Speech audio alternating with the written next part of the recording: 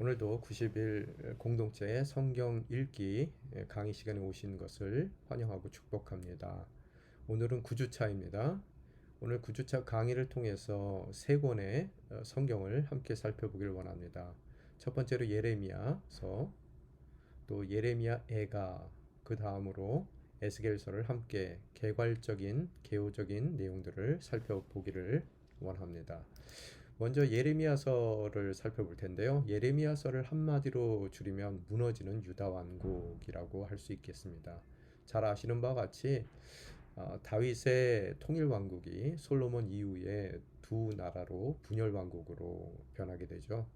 그래서 이 유다 왕국은 솔로몬의 아들 르호보암에 의해서 시작된 나라로서 다윗의 혈통을 갖고 있었던 그런 남왕국을 뜻하는 것이죠. 남왕국도 북왕국과 마찬가지로 죄악 가운데 결국 멸망할 수밖에 없게 되는데, 그 멸망의 시기를 살았던 사람이 바로 예레미야입니다. 예레미야서를 히브리어 성경을 봤을 때 그 제목이 이르메야후라는 이름으로 불리우게 됩니다. 이게 예레미야의 히브리식 이름이죠. 그 뜻은 여호와께서 세우실 것이다, 여호와께서 보내실 것이다 라는 의미를 담고 있습니다. 이전에도 말씀드린 것 같이 히브리어로 쓰여졌던 구약 성경이 당시에 세계 공통어였던 그리스어로 번역된 성경이 70인역이라고 말씀드렸어요. 그죠? 그래서 70인역 성경 가운데 그리스어로는 이 예레미야서가 예레미야스라는 그런 히라보로 표기되어 있고, 이 이름에서 그리스어 이름에서 제레미야라는 영어 제목이 나오게 되는 것이고, 그것을 한국말로 우리 한글에서는 예레미야라고 표현을 하게 되죠. 예레미야서는 저자는 전통적으로 예레미야라고 저희들이 믿고 있습니다. 대신 대부분의 그 예레미야서를 바룩이라는 사람이 대필한 것으로 저희들이 생각하고 있습니다. 예레미야의 활동 시기를 바라봤을 때 우리가 잘 아는 유다의 왕 요시야 13년경에 선지자로 부르심을 받게 되죠. 요시야라는 인물은 저희가 잘 아는 사람이죠. 개혁의 아이콘이죠. 그래서 모든 우상을 다 회파하고 또 그것을 가루로 내어 뿌리는 그런 일들을 했던 개혁의 아이콘인데, 끝내 이 아스리아와 이집트의 그런 전쟁 가운데 소용돌이 가운데 바로 느고의 길을 막아섰다가 이집트가 북쪽으로 진군하는 그 길목을 막아섰다, 활에 맞아 죽는 그런 비운을 겪었던 왕인데요. 그러면서 이렇듯 알다시피 이 요시아 왕 때만 하더라도 이 아시리아라는 슈퍼파워와 이 밑에 원래 고대서부터 있었던 애국과의 그런 아주 충돌하는 그런 복잡한 이 세계 정세 가운데 선지자로 부름을 받은 사람입니다.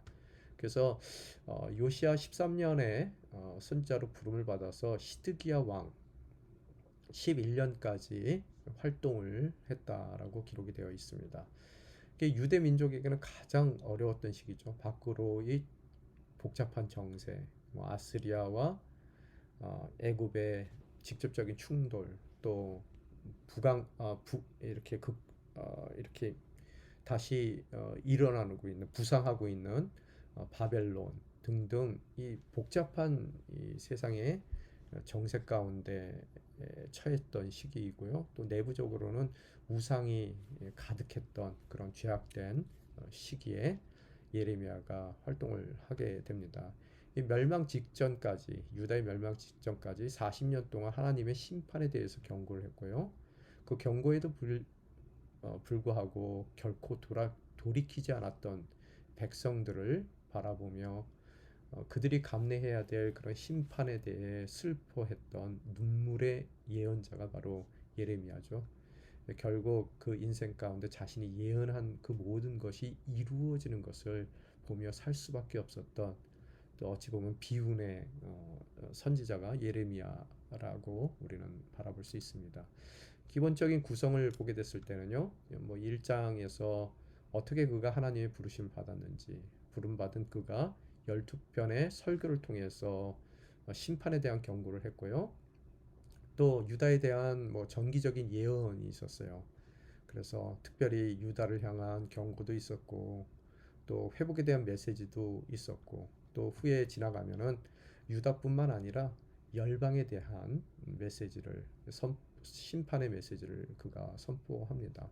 또 마지막 부분에 가서는 멸망 사건 이후의 그 모습들을 통해서 그 예언이 성취될 수밖에 없다라는 것을 보여주는 부록이 붙어 있습니다. 기록의 목적과 주제를 잠깐 살펴보면요. 예루살렘 바벨론에 의해서 멸망되기 바로 직전부터 예루살렘이 함락되기 전까지 활동하며 그 모든 것을 목격한 사람이 바로 예레미야입니다.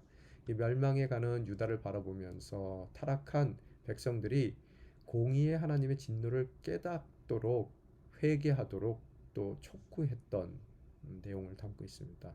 그들이 공의의 하나님께서 그들의 악을 그저 내버려 두실 수 없다는 것, 그러기에 그들의 심판을 받을 수밖에 없기에 빨리 돌이킬 수 있도록 회개에 대한 촉구하는 내용이 가장 큰 주제이고요. 또한 백성들은 그 말에 귀를 기울이지 않았어요. 그렇기 때문에 예레미야는 자기 민족의 패망을 바라볼 수 없었던 그런 그의 어려웠던 마음, 갈등이 예레미야서에 기록이 되었고요. 또 그 갈등과 안타까움이 눈물의 이야기로 표현된 것이 우리가 앞으로 읽게 될 예레미야 애가에서 표현되더라는 겁니다. 또한 하나님의 주권적인 섭리에 따라 종국적으로 이들이 심판만 받는 것이 아니라 종국적으로는 다시 회복될 그 회복의 날을 바라보도록 기록이 되었고요.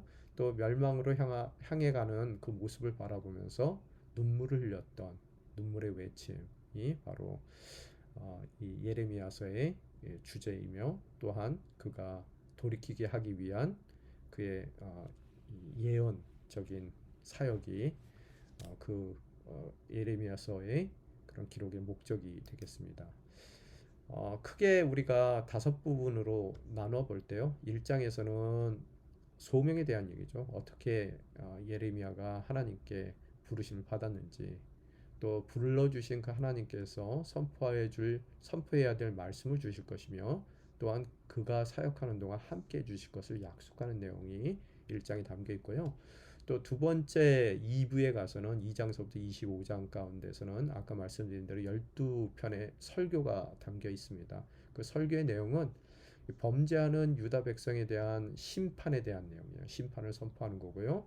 또 그들이 그 심판의 결과로 수십 년 동안 바벨론의 포로로 잡혀가 거기서 지내게 될 것이라는 것에 대한 예언의 메시지를 담고 있습니다. 또 3부에 와서는요. 26장에서 45장까지의 내용인데요. 거짓 예언자들이 선동을 하죠. 결코 유다 왕국은 망할 수 없다라고요. 그렇게 선동하면서 거짓 선동을 하면서 예레미야를 모함합니다. 그 모함하는 그 거짓 예언자들에 의해서 고난당하는 예레미야의 이야기고요. 결국 예레미야가 예언한 대로 예루살렘은 멸망하게 되는 것이고, 또 멸망당했던 리더십에 의해서 이집트로 끌려가는 예레미야의 이야기가 3부에 담겨 있습니다. 마지막으로 52장에서는요. 우리 네 번째 단락인 52장에서는 예루살렘의 멸망, 그 처참한 광경을 그리고 있고요. 또한 모든 지도자들이 죽임을 당하고 백성들은 결국 그가 예언한 대로 포로로 끌려가는 내용으로 모든 책이 마무리가 됩니다. 핵심 단어는요. 하나님의 공의와 사랑이라는 거예요. 그래서 예레미야서 2장 13절에 보게 되면은 내 백성이 두 가지 악을 저질렀다. 함께 읽겠습니다. 생명수의 원천인 나를 버리고 스스로 물 저장소를 파서 만들었다. 그러나 그것은 물을 담지 못하는 깨진 물 저장소였다. 하나님께서 함께 해주시는 것으로 하나님만을 의지하면 되는데도 불구하고 하나님을 저버리고 스스로 자신들의 물 저장소, 자신들의 인생의 목마름을 해결해 보려고 노력했다는 거예요. 그렇지만 그들의 스스로의 노력으로 그들은 결코 이 인생의 목마름을 해결할 수 없다라는 그런 그들의 죄악된 모습을 공의적인 측면에서 바라보고요. 또 선지자의 심경을 이야기하는데 그것은 고난과 고난과 소명 가운데서의 갈등이라는 거예요. 말씀을 전하는 소명을 받았지만 그 소명을 이루어 나가는 그의 삶 가운데 겪을 수밖에 없는 고난을 그 고난과 소명의 갈등을 그리고 있는데요.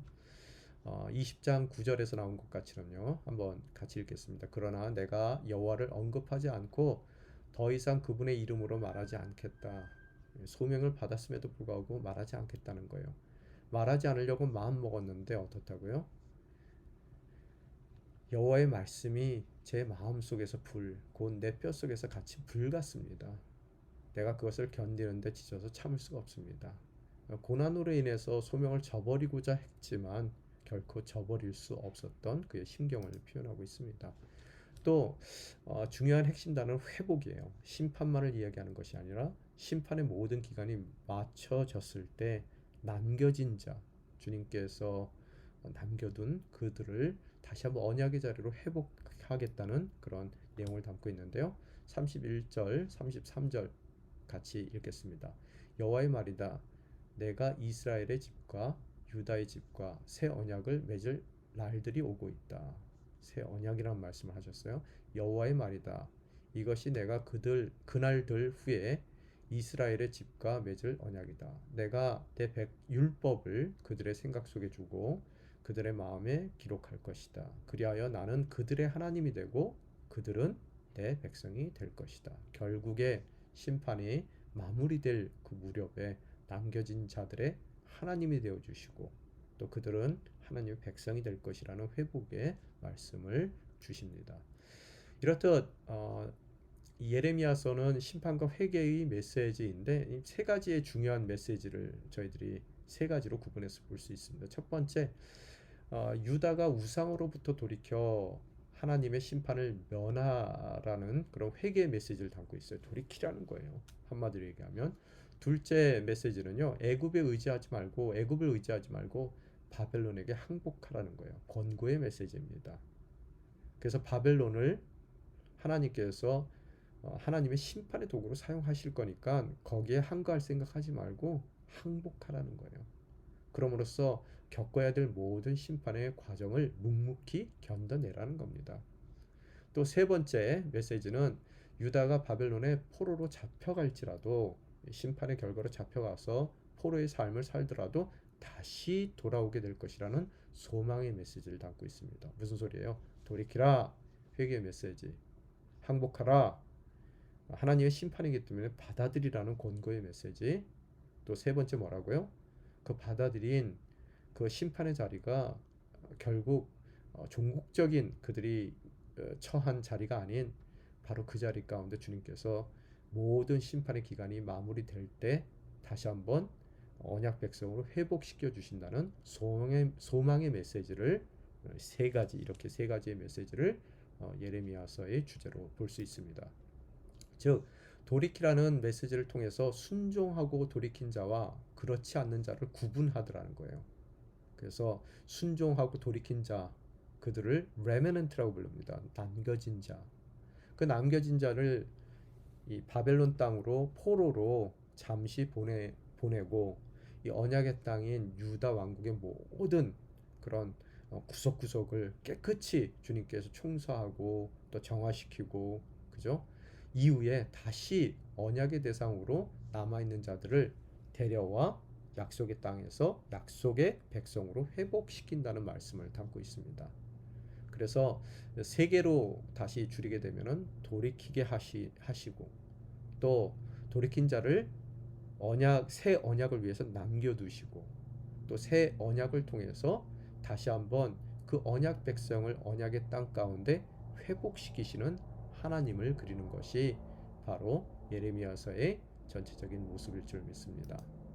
자, 두 번째 예레미야 애가를 볼 텐데요. 한마디로 줄이면은 예루살렘 멸망에 대한 애도다라고 말씀드릴 수 있습니다. 이 모든 자기가 선포한 예언의 모든 모습들이 성취되는 것을 바라보며 눈물을 흘릴 수밖에 없는 예레미야의 그 처참한 마음이 표현되어 있는 것이 바로 예레미야 애가입니다.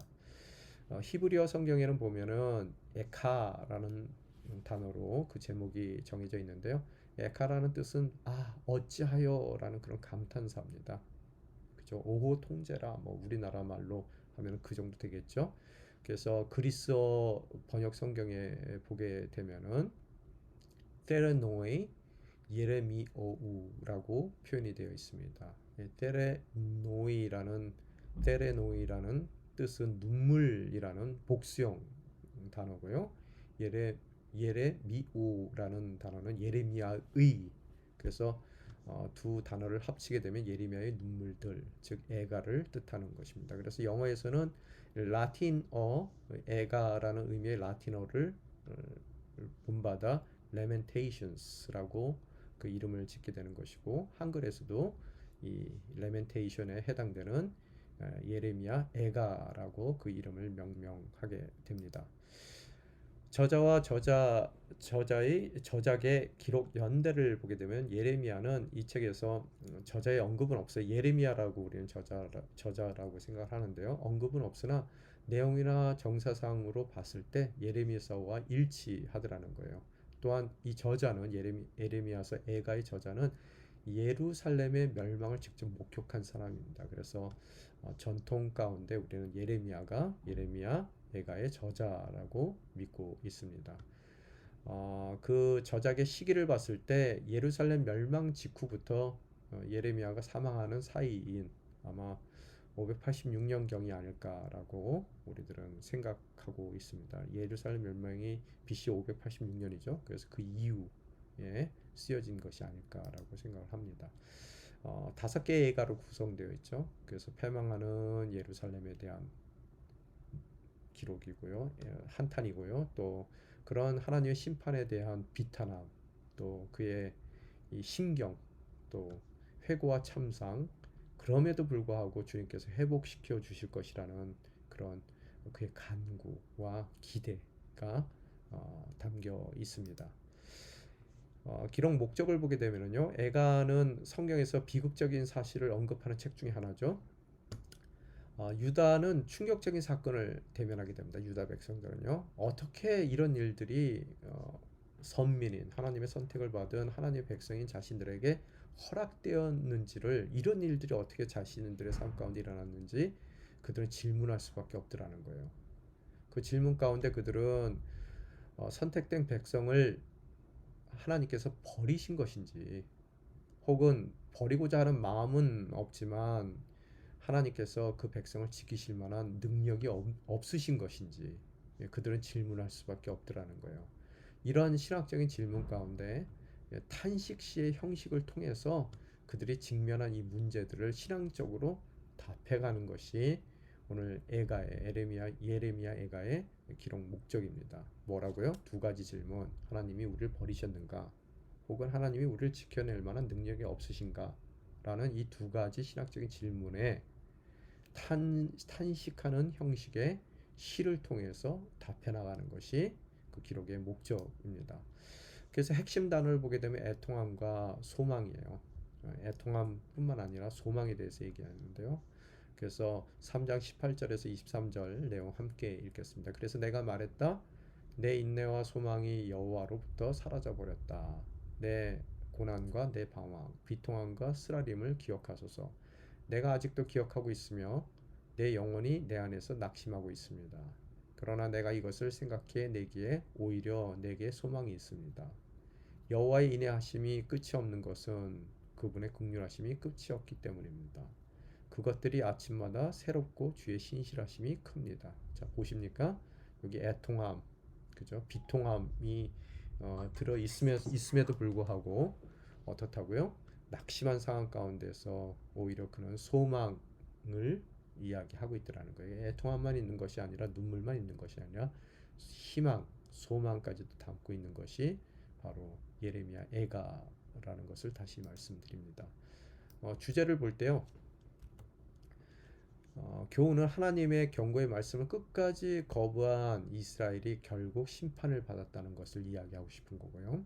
그래서 하나님이 미워서 그들을 버린 것도 아니고요.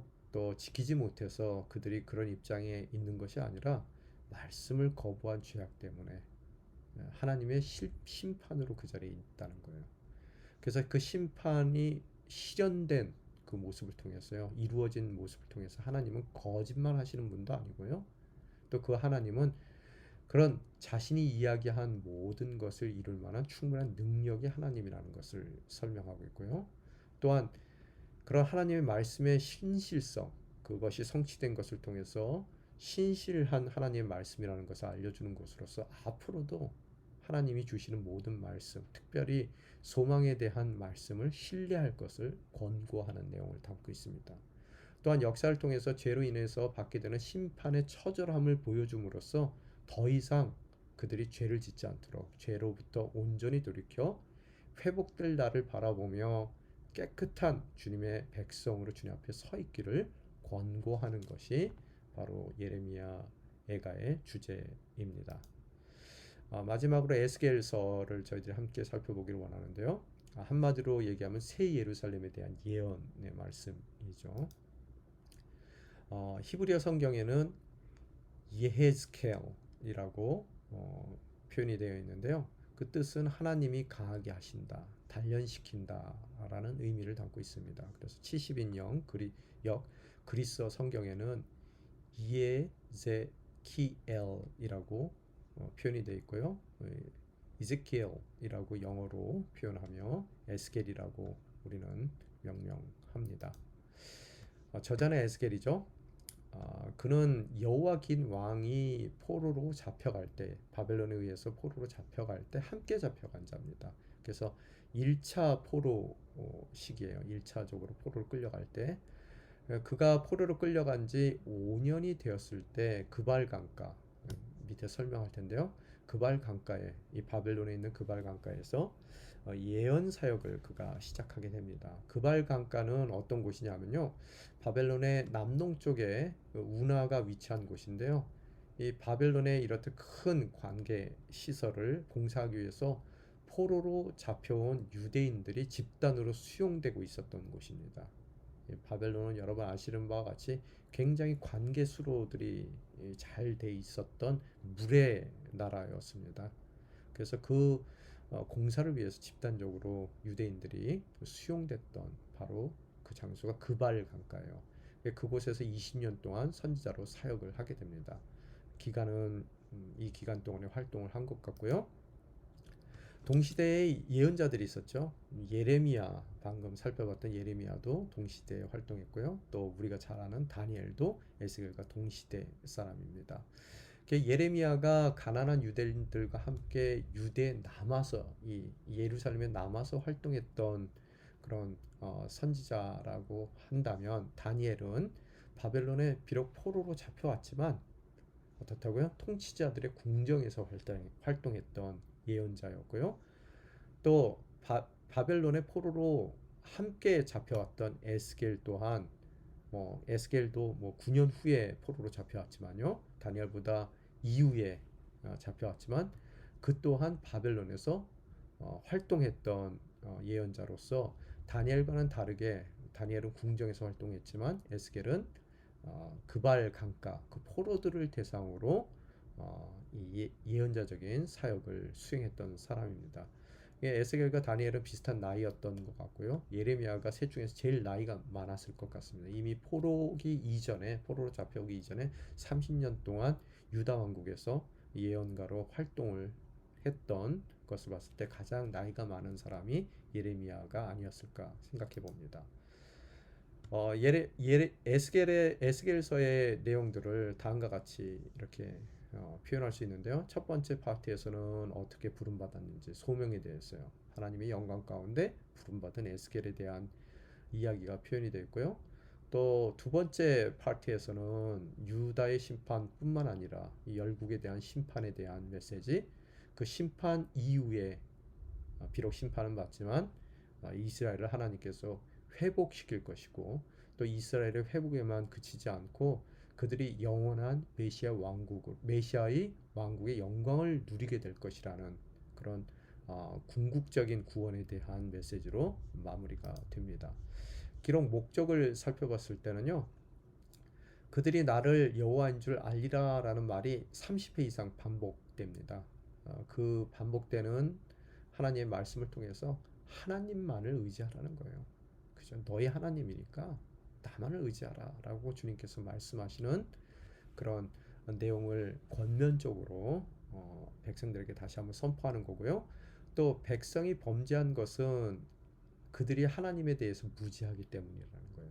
그러기에 많은 선지자들을 보내 그들을 일깨우고 또 회개토록 하신 하나님의 사랑과 은혜를 이야기하고 싶은 거고요. 그런 하나님의 은혜 가운데 많은 선지자들이 보내심을 받았음에도 불구하고 하나님에 대한 무지를 일깨우고자 하는 하나님의 노력에도 불구하고 돌이키지 않았던 백성, 그러기에 심판받을 수밖에 없다는 것을 표현하는 거고요. 알려주길 원하는 거고요. 그렇듯 심판의 채찍은 단순한 죄의 형벌이 아니고 단순한 죄에 대한 그런 대가를 치르게 하는 것 이상이라는 거예요. 오히려 그들의 잘못을 깨달아 하나님 깨닫게 하여 하나님에 대한 무지로부터 돌이키고자 하는 하나님의 사랑의 매가 바로 그들이 겪는 심판이라는 것을 이야기하고 싶은 거고요. 또 그들이 끌려갔을 때 조기 규환에 대한 거짓 희망을 품습니다. 그러나 그것은 거짓 희망일 뿐 그들은 하나님이 허락하신 70년의 포로 길을 믿음 가운데 버티고 견뎌내야 한다는 것을 이야기하는 그런 목적을 갖고 에스겔서가 기록이 됩니다. 내용 전개를 우리가 뭐 한 네 가지 부분으로 설명할 수 있는데요. 첫 번째 일부가 1장에서 3장까지 아까 말씀드린 대로 소명에 대한 얘기죠. 부르심에 대한 얘기. 하나님의 영광 가운데 임재 가운데 에스겔이 부름 받았다라는 내용을 담고 있고요. 2부에 와서는 예루살렘이 멸망하는 이유가 무엇인지를 설명한다는 거예요. 그래서 어떤 포로들은 그런 예루살렘으로 포로로 끌려온 그 삶 가운데서 예루살렘으로 하루빨리 돌아가기를 소망했지만 에스겔은 그들이 소망하는 대로 그런 거짓 예언자들에 의해서 선포되는 대로 그들이 하루빨리 그들이 원하는 대로 돌아가지 못할 것이라는 것을 2부에서 말씀하시고요. 또한 3부에서는 그들의 죄악뿐만 아니라 다른 민족들 또한 그들의 죄악으로 인해서 멸망할 수밖에 없다는 그들의 심판에 대한 예언이고요. 또 마지막 4부에서는 비록 포로 생활 가운데 심판받아 끌려온 유다 백성들이지만 하나님께서 그때가 찰 때 전적으로 그들을 회복시킨다는 그런 예언을 담고 있습니다. 특별히 우리가 37장 내용은 너무나 유명해서 잘 알죠. 골짜기의 뼈들이 살아나서 큰 군대를 이룰 것이며 이 예루살렘의 회복에 대한 멋진 비전의 말씀을 선포해 주고 계십니다.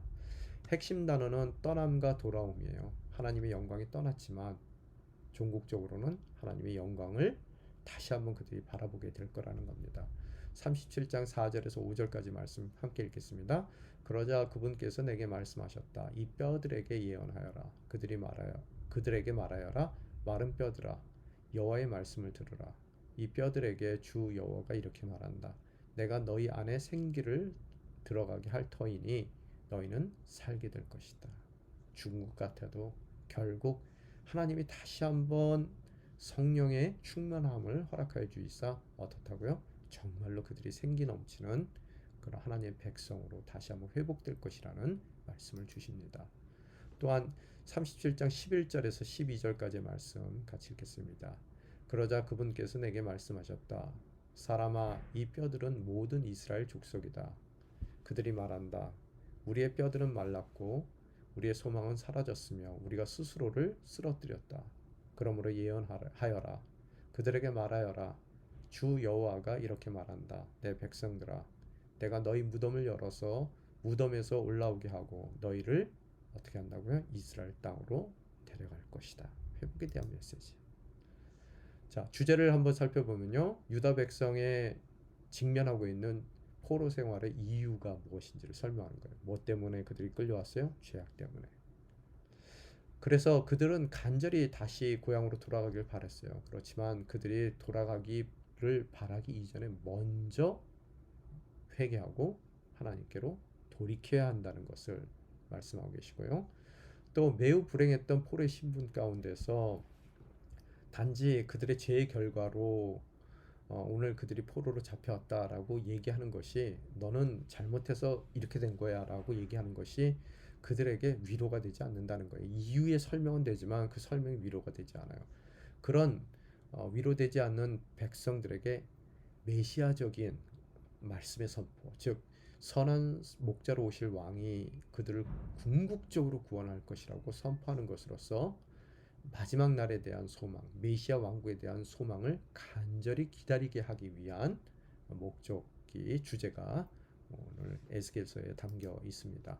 자, 나눔에 대한 질문 드릴 텐데요. 첫 번째 질문은 예레미야서를 통해서 저희들이 해 나가야 될 질문인데요. 하나님께서 언약의 갱신의 대상으로 남겨진 자들을 선택하신다라고 우리가 아까 설명드렸어요. 당시 바벨론으로 끌려간 이들은 심판의 대상이었고 유다 땅에 남아있는 자들이 하나님의 남겨진 자일 것이라고 백성들은 생각했어요. 두 부분으로 나뉘죠. 끌려간 자와 남아있는 자. 그런데 그 당시에 백성들이 끌려간 자들은 벌받아서 끌려갔다고 생각하고 다행히 남겨진 우리들은 집에 고향에 남겨진 우리들은 하나님께서 남겨둔 자로서 우리를 다시 한번 회복시킬 거라고 생각했거든요. 그러나 이 예레미야서를 통해서 우리가 깨달을 수 있는 것은 하나님의 선택 그 반대였다는 거예요. 끌려간 사람이 하나님의 남겨진 자로 선택받은 거고요. 남아있는 자는 이 남겨진 자에 속하지 못합니다. 우리의 삶 가운데서도 우리가 죄악을 범했을 때 그 죄악 때문에 어려운 고난에 처할 때도 있단 말이에요. 처할 때 정말로 우리가 바벨론으로 끌려가듯 포로의 삶을 살 때 우리는 그것이 하나님의 심판이라고 생각하고 내가 내 죄악으로 인해서 버려졌다라고 생각할 수 있단 말이에요. 그래서 언약으로부터 멀어진 것이라고 판단할 수가 있다는 거예요. 그런 적이 있느냐는 거예요, 여러분도요. 오히려 죄악에도 불구하고 심판 없이 그대로 죄악의 자리에 남겨진 자들이 있는데, 그죠? 죄를 아무리 범해도 멀쩡한 사람들이 있단 말이에요. 그런 사람들은 그렇게 그들의 죄악 벌하시지 않고 죄악의 자리에 그대로 남겨 주시는 것이 오히려 진정한 하나님의 심판의 자리일 수 있다라고 생각해 보신 적이 있느냐는 거예요. 우리가 살면서 악한 사람들 중에서 아무리 악하게 행하더라도 정말로 잘 사는 사람들이 있어요. 그럴 때 나는 조금만 해도 막 나는 하나님께서 심판하시는데요. 포로로 끌려가게 하시는데 그때 우리는 의아하단 말이에요. 왜 하나님께서 나한테만 이러시는가? 그런데 우리가 그 악함에도 불구하고 잘 살도록 그 자리에 그대로 놔두시는 그들의 삶의 자리가 진정 하나님의 심판의 자리라고 생각해 본 적이 있느냐는 거예요. 나에게 그런 심판의 자리, 즉 바벨론으로 정말로 조금만 하더라도 하나님께서 벌 주셔서 끌려가는 나의 그 바벨론에 끌려간 자리가 바로 나를 남겨진 자로 하나님의 언약 가운데 회복시키기 위한 하나님의 계획이라는 것을 마음속 깊이 경험한 적이 있으시냐는 거예요. 한번 나눠 보시기를 원합니다. 자, 두 번째 질문. 예레미야 애가에 대한 질문입니다. 예레미야는 예루살렘 멸망이라는 큰 충격에 대해 탄식을 하지만 또한 그 탄식을 통해 멸망 사건에 대한 신학적인 답을 하려고 합니다. 멸망의 이유는 하나님께서 그 사랑을 거두어 가신 것도 아니고요. 백성이 이제 미워서 버린 것도 아니고요. 또한 바벨론을 막으실 만한 힘이 부족해서도 아니라는 거예요. 공의의 하나님이시기 때문에 결코 그 사랑하는 백성의 죄악을 그냥 죄악 가운데 있도록 용납하실 수 없기 때문에 그들이 바벨론에 끌려오게 되는 것이고요.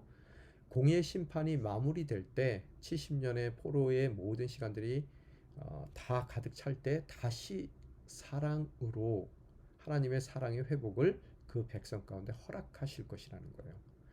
나의 인생에서 죄악으로 심판의 자리에 내몰릴 때 하나님께서 나를 버리셨다라고 생각하며 참담함을 느끼신 적이 있느냐는 거예요. 한번 나눠보기를 원합니다.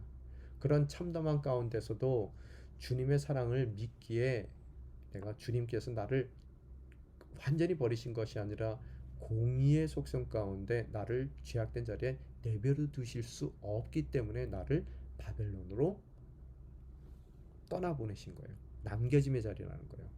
거기서 회복시켜 주실 주님의 손길을 소망하며 기다리신 적이 있느냐는 거예요.